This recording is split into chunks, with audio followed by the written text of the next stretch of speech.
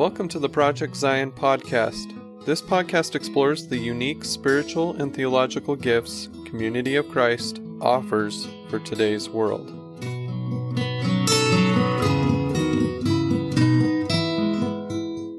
Welcome to Project Zion podcast. I'm your host today, Karin, and we've been sharing a series of interviews with the authors of the year-long series of Herald magazine articles exploring the guiding question, are we moving toward Jesus, the peaceful one? For those of you who are wondering what the Herald magazine is, it is the official Community of Christ magazine publication that comes out every 2 months. And you can find the Herald magazine at heraldhouse.org under the tab Our Faith. In today's episode, we are visiting with Andrea Reed-Davis. And Andrea is Chief Field Operations Officer at Outreach International. Since 1979, Outreach International has facilitated community-led development to sustainably address poverty-related issues worldwide. They are currently working in 10 countries around the world, and you can find them at outreach-international.org. Andrea and her husband Dave live in the Kansas City area. So thanks for being with us today, Andrea. No, thank you, Karin. It's wonderful to be with you.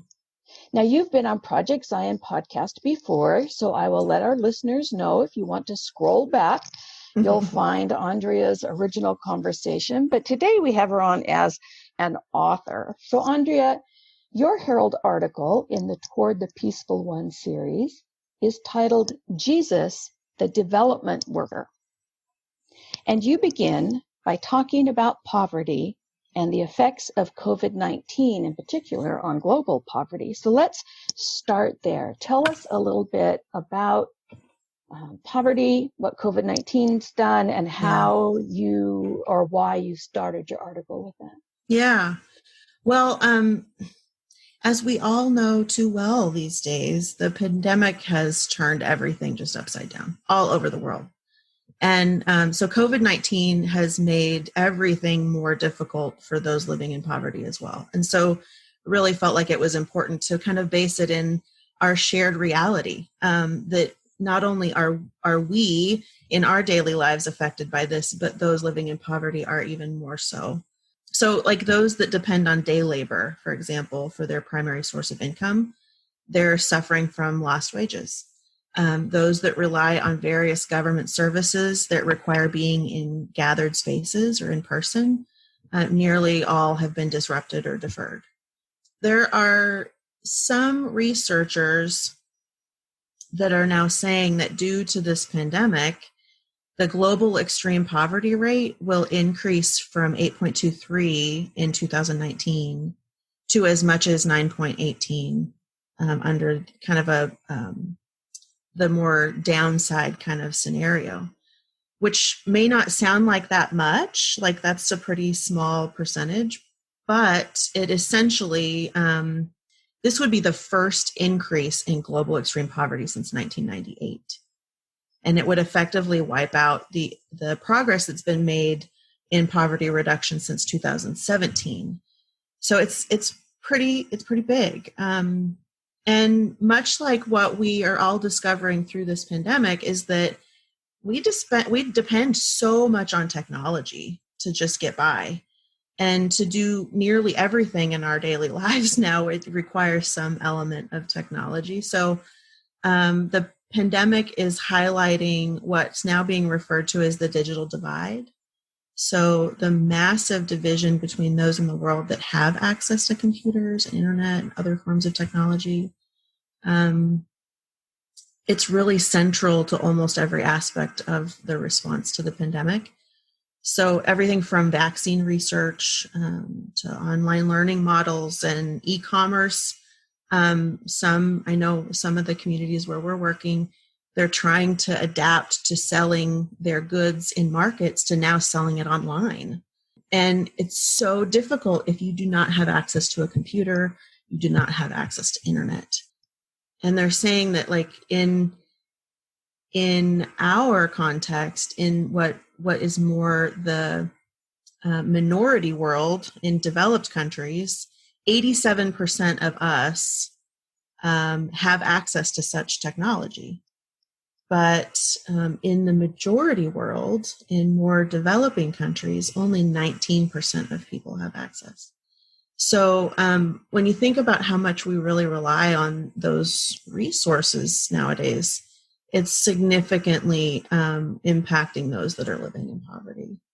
So, and especially when we think about, like, it's so difficult to actually hear the voices and ideas and needs of the poor when all we're doing is listening and watching and engaging online. So it's interesting kind of how our frame has shifted some with COVID, how it's really began to change the way that we think about the way that we work with those living in poverty. Yeah. So as we have, as you said, moved into our cocoon, where we live and functioning with those of us that have access to digital communication, functioning in this very individualized manner, it's easy then to not only not see the challenge or hear the challenge, but not address the challenge. And you used a scripture, Doctrine and Covenants 163:4, which is the predominant scripture for the series, to kind of frame a call to the church, to call to us to face the reality of poverty. And what does that mean for Community of Christ? So talk a little bit about how you sense that scripture as a call and a challenge. Yeah. So I really encourage everyone, your listeners too, to read this scripture. It's for me personally, it has impacted me significantly. But there's elements in the scripture that talk about hearing the voices of those that are yearning to be heard, and much like what I was mentioning before about the technology piece, we have to work really, really hard to hear and to listen.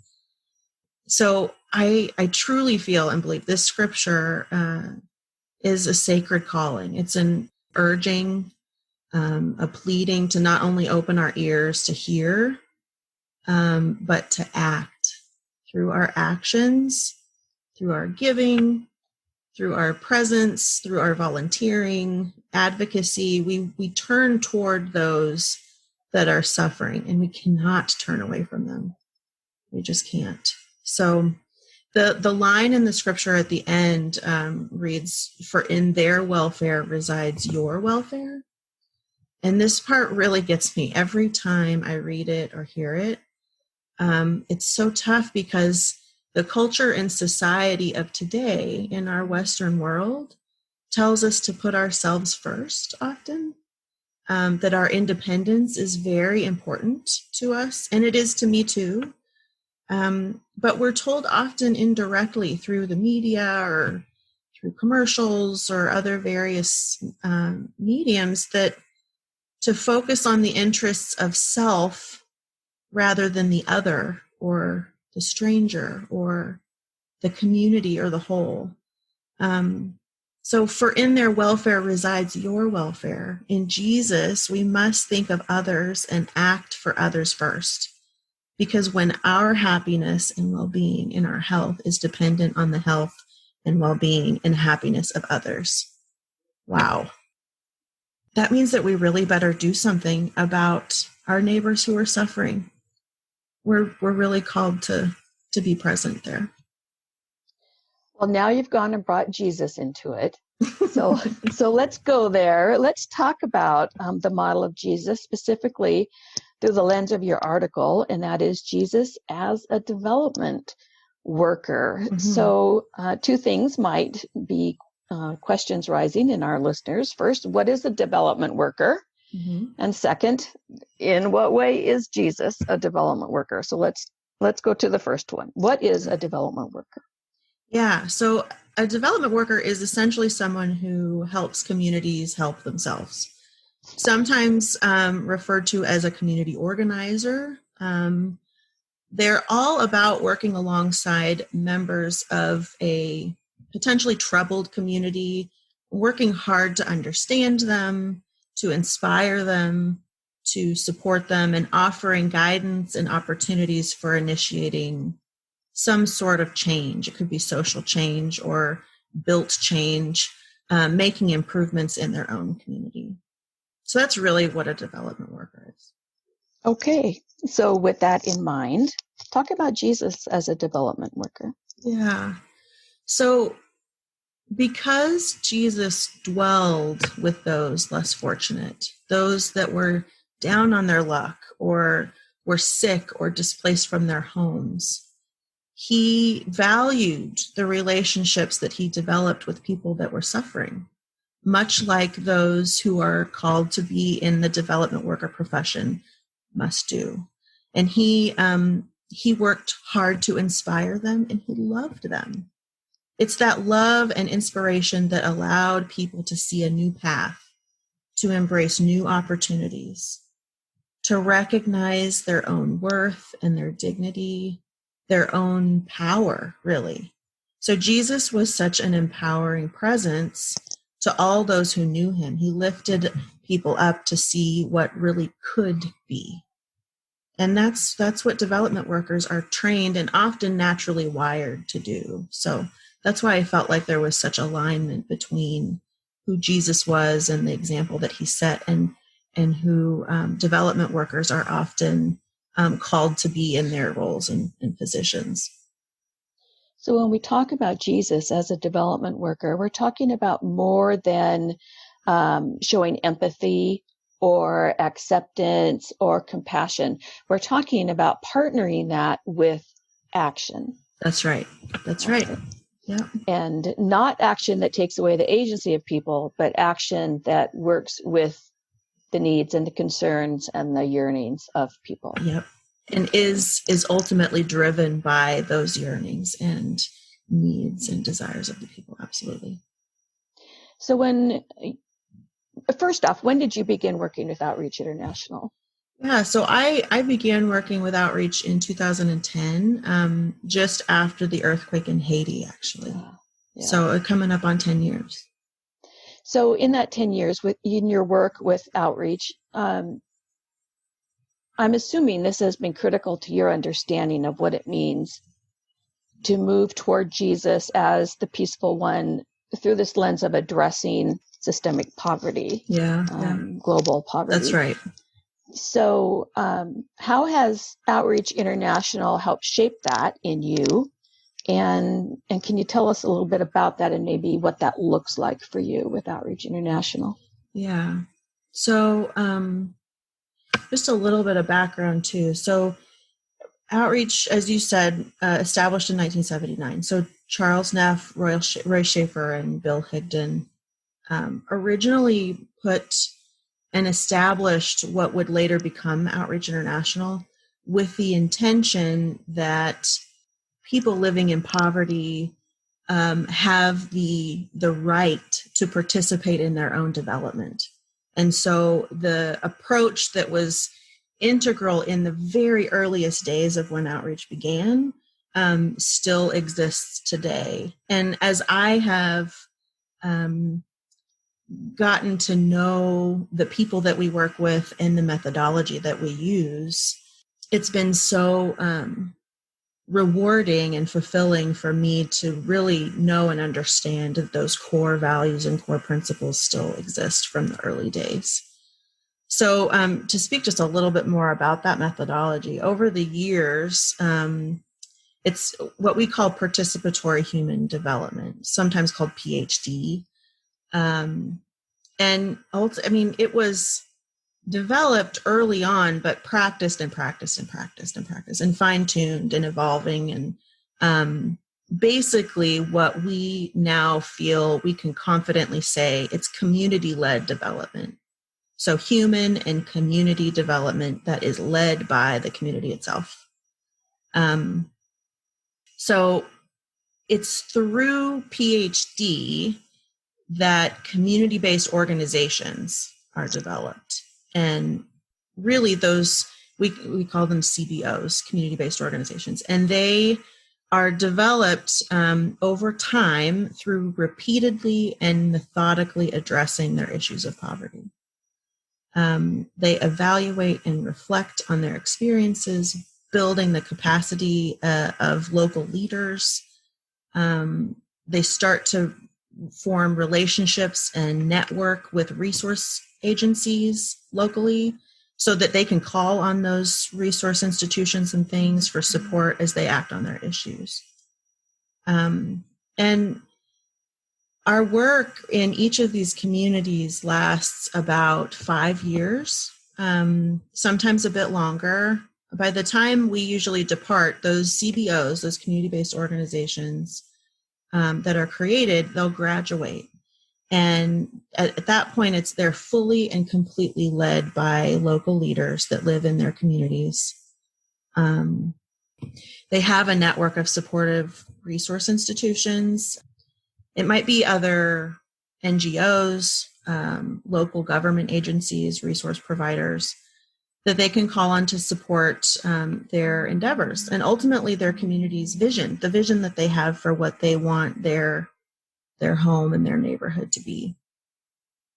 So it's a bit of a long process, but with the time and attention that is given to really understanding the local context and ensuring that the group is engaged and inspired and committed to acting on the issues that they personally feel affected by, this is what really sustains the impact of our collective work together. And it's enormously fulfilling work, and so grateful to be a part of it, for sure. So in your article, you share a number of testimonies from several Outreach International coordinators. Can you share one of those stories with us? Sure. So I actually, there's three colleagues and friends that I tapped to share for this article. Krisa from the Philippines, and Kapatia from Zambia, and Rashmi from India. Rather than sharing or repeating kind of their stories, I thought I might share one of my own. And I really have had the privilege to travel to many villages where our facilitators work, much like the three of them. And I'm always impacted to see and hear about the hard work that the community has done to achieve tremendous successes and projects.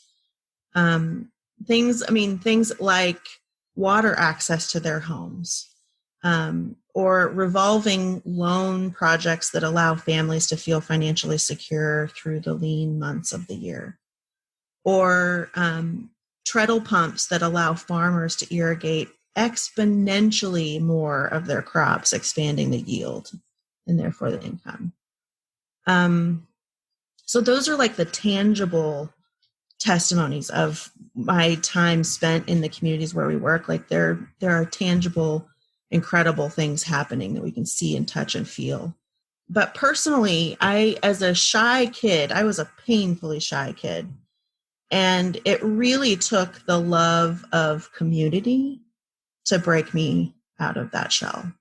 And so I'm always struck with sheer awe and gratitude when I meet other women that reflect on their time working as a group in their community and how their experiences working together have broken down their own shells.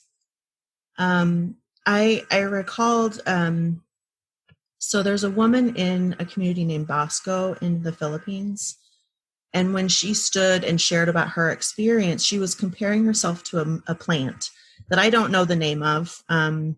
It's an indigenous plant to the Philippines, like a ground cover kind of plant that when you touch it, it retracts and the leaves fold in on themselves, and it's really bizarre. It's almost like a sea anemone when you touch those and they suck in. But she was comparing herself to this plant in that when she was younger and before she got engaged in this group, she was very sensitive. And she didn't like to speak up because she was always afraid that she might be negatively affected. And so she was always kind of retracted in on herself and didn't open up. But the experiences that she had in sharing with other people in her community, other women with common issues and experiences, and and trying things together, trying new things and sharing about how those actions that they've taken have affected them, and developing relationships, how she became much more open. And she was much more confident to be open often, even. And now she's a significant leader in this community and in the organization that they've created. And so I'm not sure how many I've talked to over the years, but it's so common to hear people say, often, again, many of them women, I've never heard the sound of my own voice in the presence of someone with authority. Mm. And through their experiences in advocating for their own issues and mobilizing to local government, they are put in positions where they are challenged by that. And as they evaluate and reflect on those experiences, they realize, I have the power. I am strong and I can do this. And just begin to significantly open to all of the potential and experiences that can come from working together. And those shells, man, they break down when you work together. So the community-based organizations not just strengthen community, strengthens individuals, and the stronger threads of individuals make a stronger rope of community. That's right. Yeah. That's absolutely right. Yeah. So, and thank you for sharing that, especially when we think in Community of Christ about what our mission is. And part of it is strengthening communities and empowering people to understand their own worth. Mm-hmm. And I think our listeners can identify with that.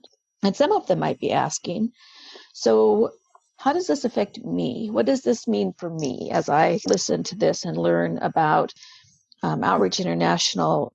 What can I do as a disciple of Jesus? Yeah. Well, I mean, I think there's various avenues, of course. There's the more personal, and then there's the more kind of global.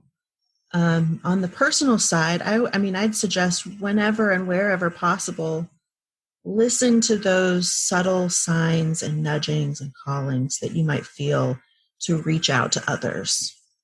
I truly believe that's the love of God. That's the example of Jesus inviting us to be his hands and feet. And not just hands and feet, but ears and mouth to listen and encourage those that are needing a kind ear, and someone to walk a challenging path with them. It's not always easy, but on the personal side, I think that's what I would encourage. I think on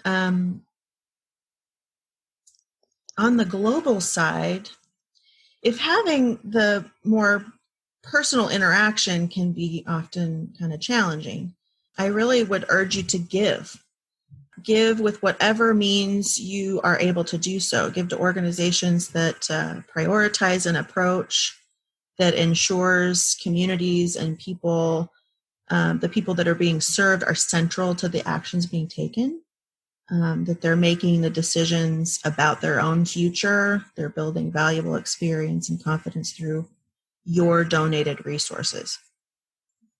Also, as I mentioned before, now that the pandemic is likely to be affecting us for months and years to come, potentially, supporting ways in which to narrow the digital divide, I think, is another way to kind of think about how we can be useful to those living in poverty. The United Nations actually just unveiled in June what they're calling a roadmap for digital cooperation.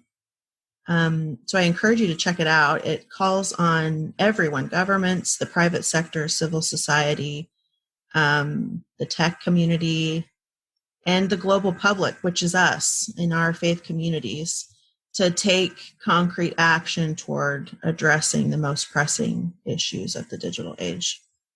So I think we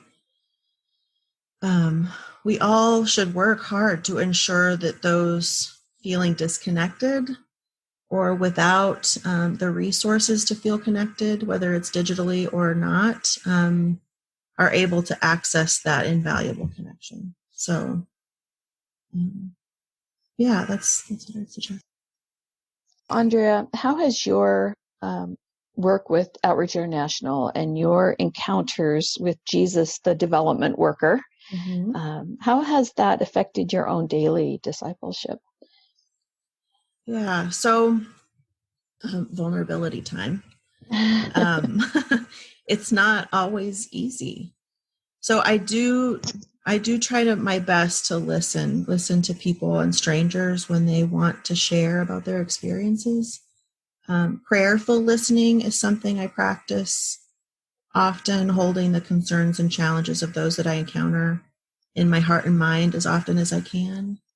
But like I say, it's difficult. Engaging in your community and prioritizing the needs of others, it takes time and it takes energy.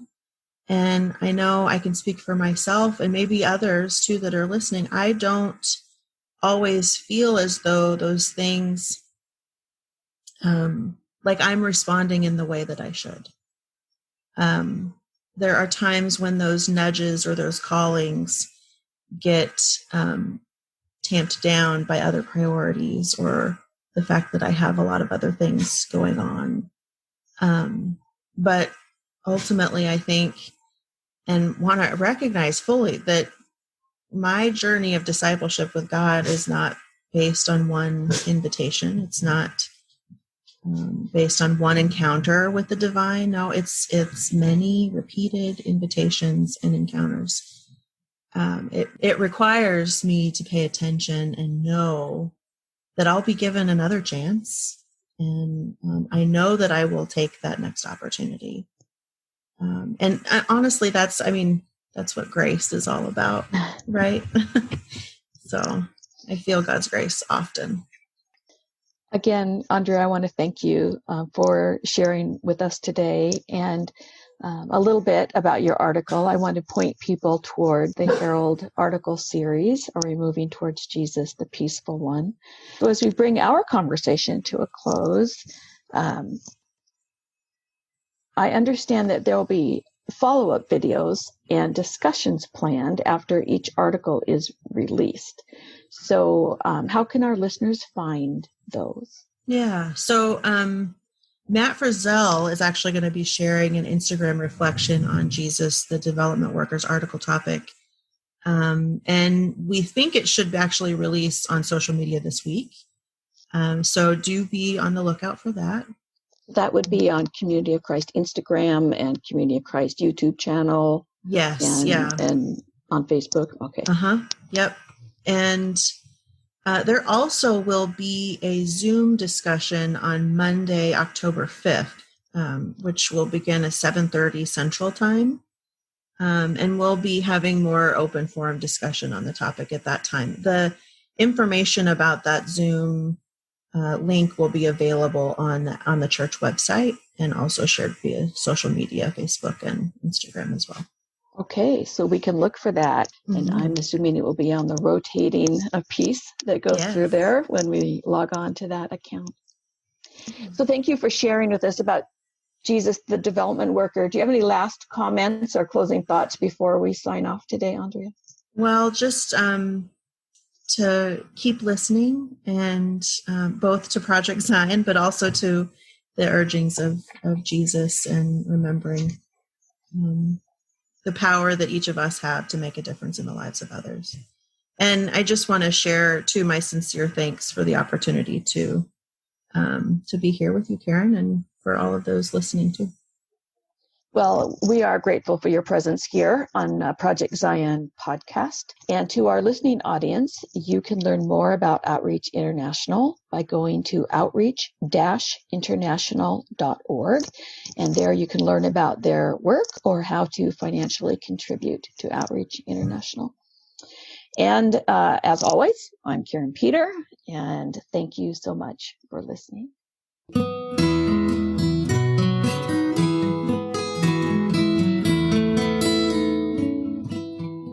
Thanks for listening to Project Zion Podcast.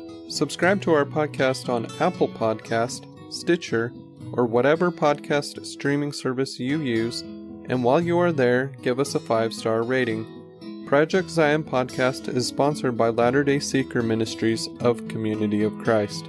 The views and opinions expressed in this episode are of those speaking and do not necessarily reflect the official policy or position of Latter-day Seeker Ministries or Community of Christ. The music has been graciously provided by Dave Hines.